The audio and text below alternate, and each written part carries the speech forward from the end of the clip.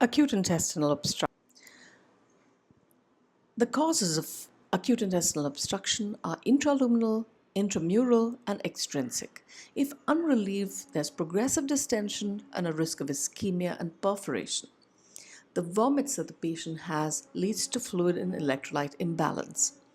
Small bowel obstruction is most often due to an acute occlusion of the bowel due to an extrinsic process and causes intense pain and vomits in a previously well person, and the patient presents within 24 to 36 hours of the symptoms.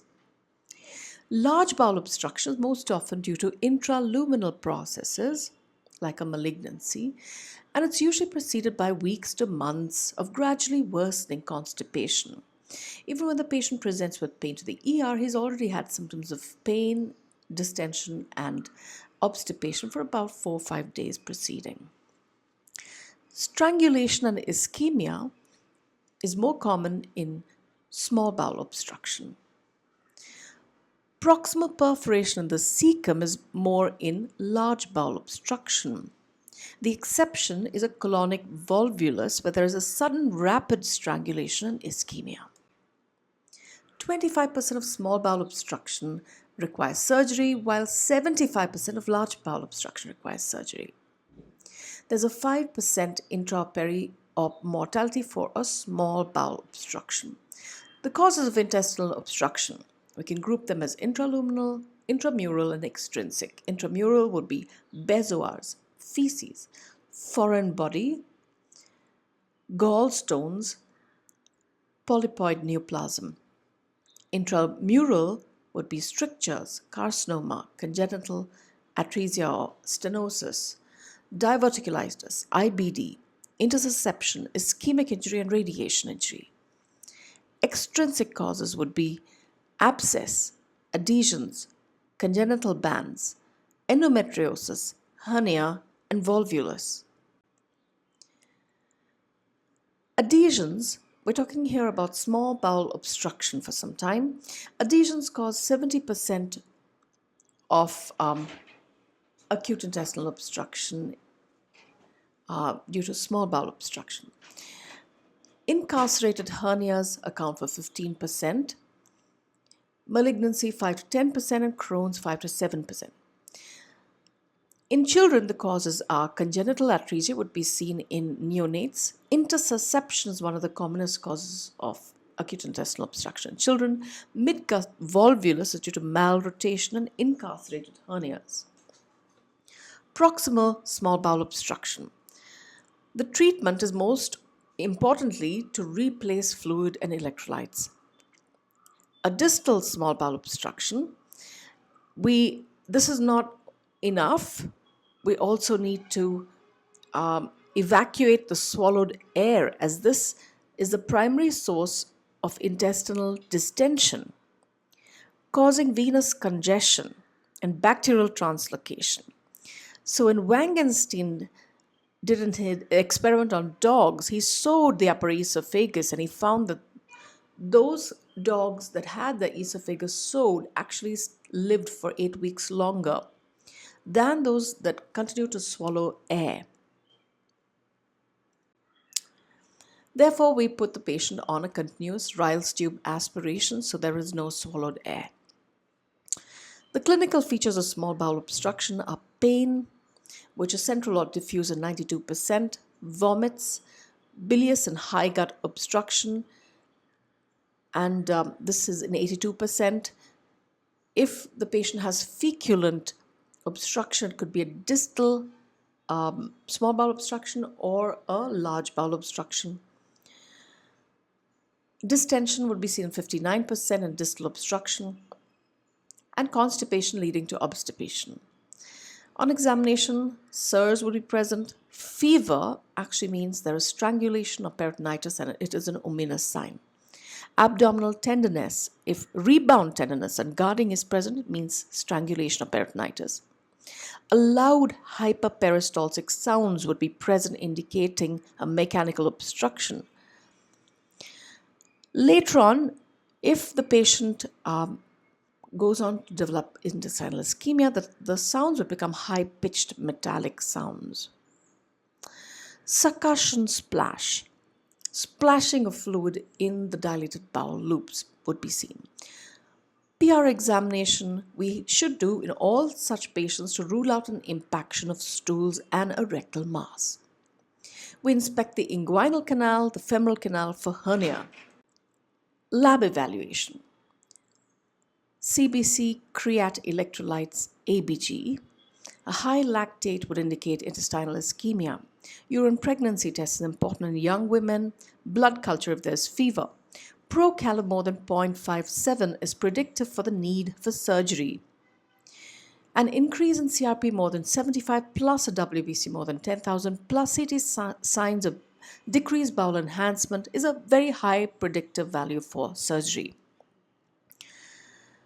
Plain X-ray, supine, and an X-ray film has a sensitivity of 70 to 82% and a specificity of 83% for acute intestinal obstruction. It should be the first thing that is done, following which all patients require a CT abdomen.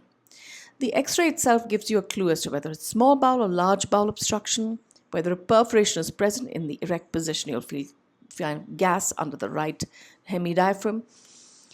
Volvulus or a foreign body can be seen on a simple plain X-ray. In a small bowel obstruction, multiple dilated loops, small bowel loops, would be seen along with a collapsed colon, and we call it dilated if the bowel loop is more than 2.5 centimeters. String of beads sign. Small amount of air is trapped in the folds of the valvulae coniventus in fluid-filled bowel loops. This can be seen even on an X-ray, and it's highly sensitive for a small bowel obstruction. We recognize jejunal loops by the valvulae coniventus. Ileal loops are featureless. On an erect film, we see multiple air fluid levels of different heights in the same bowel loop. How do we recognize valvulae coniventus on an X-ray? It extends completely across the intestinal loop. CT findings in small bowel obstruction. Simple complete bowel obstruction. You see proximal bowel dilated and a transition zone with a collapsed distal bowel, and there will be no contrast beyond the transition zone if you give a little bit of oral gastrographin, but usually initially we don't do an oral contrast CT, we just do IV. Colon has very little gas or fluid. It's collapsed. Small bowel feces sign, in which you see particulate matter resembling feces in the small bowel. And tapered bowel at the transition can form a beak. So here in the film on the left, you see air-filled distended small bowel loops that resemble jejunal loops. And the asterisk on the left is actually the collapsed colon. Note that the valvulae coniventus go across the entire bowel loop. It's complete and it's not incomplete. And the second film shows multiple air fluid levels in the same bowel loop, multiple ones of different heights. Closed loop obstruction. First we look for the bowel wall, then we look for the mesentery, and the bowel wall shows a U-shape or a C-shaped loop, which is fluid filled. Then you can see a whirl sign, which is a twisted mesentery around the collapsed bowel. And then you see the beak sign, which is tapering, which is seen in the longitudinal section at the site of the obstruction. Then we look at the mesentery and we see radial distribution of stretched mesenteric vessels. In the CT on the left, we see the small bowel is dilated proximal to the transition point, which is the arrow on the left, and it's collapsed distally. And the second image on the right, we see dilated fluid-filled small bowel loops, which are indicated by the asterisks all around, and they are radially arranged, and they can also demonstrate concentric rings of wall thickening and submucosal edema. There is a loss of mesenteric fat as indicated by the arrow. And in this patient, there was infarcted bowel resected at surgery. In this picture, we see the first picture A. There is an abnormal position of mesenteric vessels in which we see the SMA, which is the asterisk, is anterior to the SMV, which is usually the opposite of what it should be. In the picture B on the right upper corner, we find the whirl sign, in which we said the mesentery is wrapped around the bowel. That's the whirl sign. In picture C, that's down on the left, we see small bowel feces sign indicated by the arrow. And in picture D, you see pneumatosis, which is air in the bowel wall, and a large volume of ascites. And the colon is collapsed, which is indicated by the asterisk on the right lower corner. So strangulated obstructed bowel. We look at the bowel and the mesentery and some other signs as well. The bowel, we see there is wall thickening and edema, but there is no enhancement of the wall. That's a very typical sign of a strangulated bowel. Target or halo sign, which there are concentric rings. Pneumatosis intestinalis linearis is also a sign looked for in the bowel. In the mesentery, we see haziness, blurring of vessels due to congestion, diffuse engorgement of the vessels. And other signs are increased ascites and a high density ascites, more than 15 HU on the CT. The bowel ischemia score, the BIS score. 1. Decreased wall enhancement. 2. Wall thickening. 3. Mesenteric venous congestion. 4. Mesenteric fluid. 5. A whirl sign. And 6 ascites, and if more than or equal to 3 is present, high predictive value for surgery. The CT shows a strangulated obstruction of the small intestine. A long segment of obstructed small bowel does not enhance, that is the arrow after the IV contrast. That means there is poor perfusion. Note the high density mesenteric fluid, which is indicated by the asterisk. This patient had small bowel volvulus and impaired perfusion at surgery. Adhesions is the most common cause of a small bowel obstruction. Recurrent adhesive small bowel obstructions can be seen 15 to 20%, and the more number of surgeries the patient has, the more chance that the next time he would also present with an intestinal obstruction. Adhesions are due to irritation of the visceral or the parietal peritoneum by injury or infection. So what happens when the bowel wall gets injured, like in pancreatitis? Cytokines are released, there is deposition and degradation of fibrin, and the fibrin degradation occurs after plasminogen is converted to plasmin by activators. If this fibrinolysis is not complete by day 7, this fibrin is a scaffold for fibroblasts and capillaries to grow inside, causing thick bands. And it is implied that inhibition of this plasminogen activation by plasminogen activator inhibitor 1 and 2 is a causative factor for the development of post-op adhesions. Gastric surgery and hepatobiliary surgery, surgeries on top, have less adhesions compared to colorectal and gynecological surgeries at the bottom. The mechanism is a direct compression by the band, or the adhesions could also cause torsion and volvulus. The adhesions can also cause a chronic abdominal pain, infertility, and intestinal injury during any neck surgery. During surgery, we decide is the bowel viable or not. And how do we decide if the bowel is viable? There are 2 tests we can do. 1, detection of blood flow at the antimesenteric border by a simple Doppler flow meter. Secondly, we can inject fluorescein IV and inspect the bowel under a Wood's lamp. Hernia. There are abdominal wall hernias and internal hernias. Congenital internal hernias are paraduodenal hernias and through the foramen of Winslow. Acquired internal hernias are usually iatrogenic in surgeries that divide the mesentery. Example, a Roux-en-Y gastric bypass surgery, a colectomy, duodenectomy. Abdominal wall hernias are inguinal hernias, incisional hernias,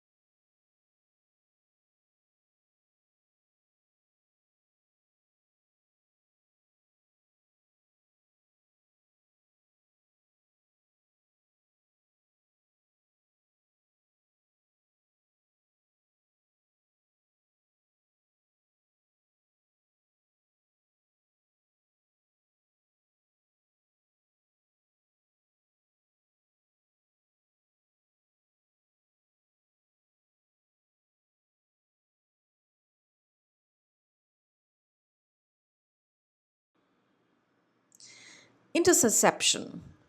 This is when the proximal bowel telescopes into the distal bowel. So you have a lead point, which is the intersusceptum. It's called the intersusceptum in the intestinal wall, causes a proximal segment plus its mesentery to telescope into the lumen of the adjacent segment, which is called the intersuscipiens. The clinical features would be colicky episodic pain along with current jelly stools. The ideal treatment in a child would be reduction with pneumatic or hydrostatic pressure via enema under a fluoroscopy guidance. The CT finding would be a target or a bull's eye lesion.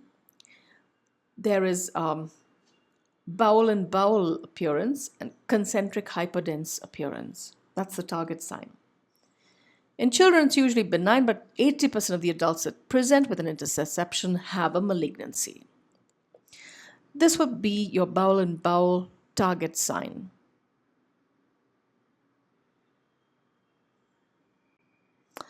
Foreign body. This is usually seen in 80%. 80% of the population that presents with foreign body causing obstruction is a child. Bezoar is an aggregate of swallowed indigestible matter. Phytobezoar is from plants, especially things like jackfruit. Trichobezoar is from hair. Lactobezoar is milk, protein products. Pharmacobezoar is because of medicines.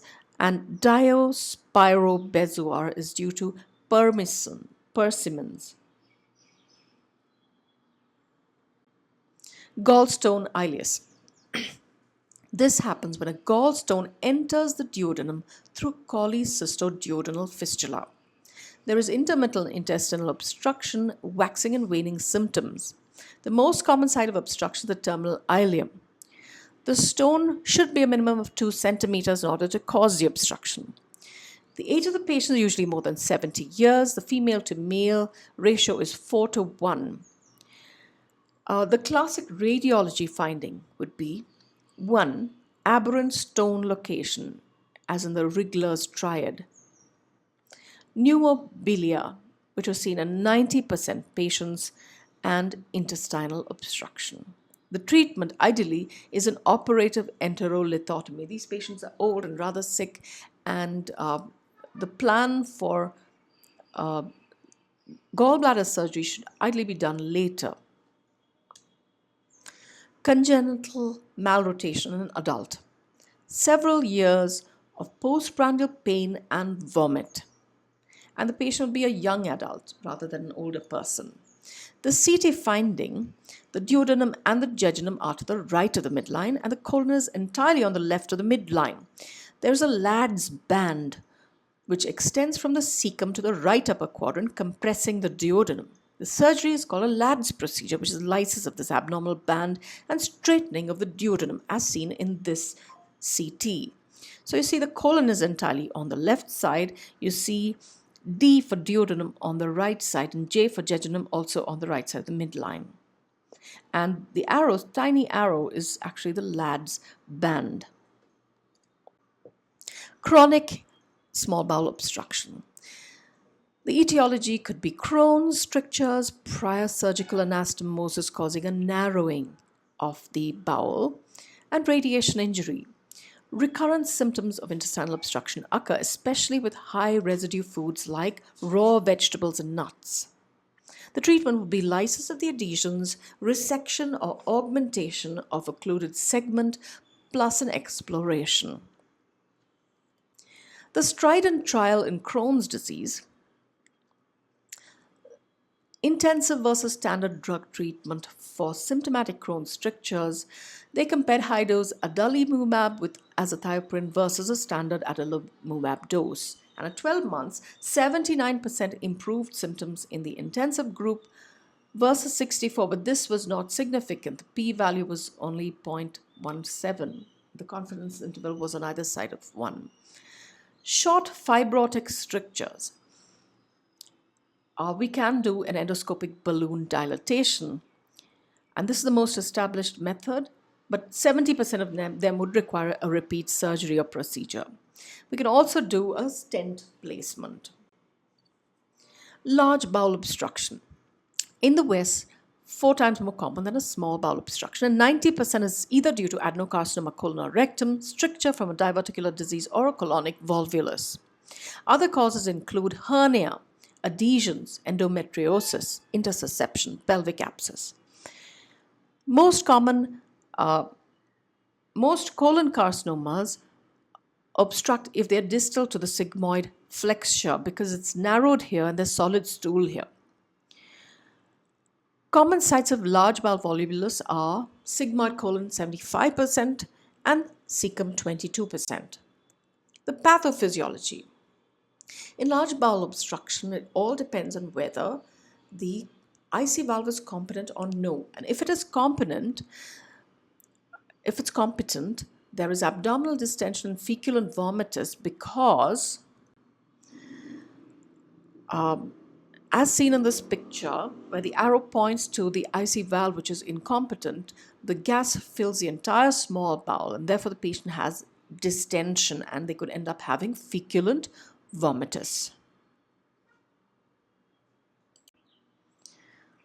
So, but if the IC valve is competent, it prevents decompression of the large bowel into the small bowel, and that causes a closed loop obstruction. The law of Laplace states that the intestinal wall tension is proportionate to the intraluminal pressure times the radius. Due to the thin wall of the cecum, the distension would happen mostly in the cecum for a distal bowel obstruction, large bowel obstruction, and that would tend to a perforation. So the risk of perforation happens when the cecal diameter is more than 10 to 13 centimeters. Risk factors for a sigmoid volvulus is a redundant, freely moving sigmoid colon loop due to a long mesocolon. And commonly the patients would be having long-standing constipation. Cecal volvulus is due to fixation of the cecum. Clinical features of large bowel obstruction include pain and distension, usually present 5 days after the pain starts because it's better tolerated. And they would go on to constipation and obstipation. Vomits would occur very late. And a sign of tenesmus and pelvic pain, bright red stool, is usually seen in rectal mass. If there is fever and chills, we suspect a perforation. Acute abdominal distension is a symptom of volvulus, and the patient with cecal volvulus is usually a younger patient. On an X-ray, the transverse colon diameter more than 6 centimeters or a cecal diameter more than 9 centimeters indicates large bowel obstruction. An erect X-ray can be done to look for pneumoperitoneum, portal vein gas, and pneumatosis. The treatment: 75% of these patients require surgery, unlike in SBO.